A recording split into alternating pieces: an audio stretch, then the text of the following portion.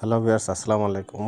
ধান কাটা শেষে আজকে ধান মাড়াই করা হচ্ছে, সেটাই আপনাদের সামনে নিয়ে আসলাম।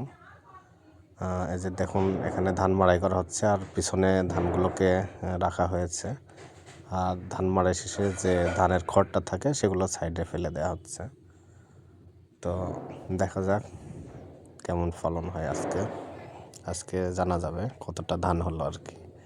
এদিকে আমার ছেলে যে দুষ্টুমি করছে, ও বাইরে গিয়ে ওর বন্ধুদের সঙ্গে খেলাধুলা করছে এবং দুষ্টুমি শুরু করছে, যে নেটের উপরে শুয়ে পড়ছে, আবার সময় উঠে দাঁড়াচ্ছে।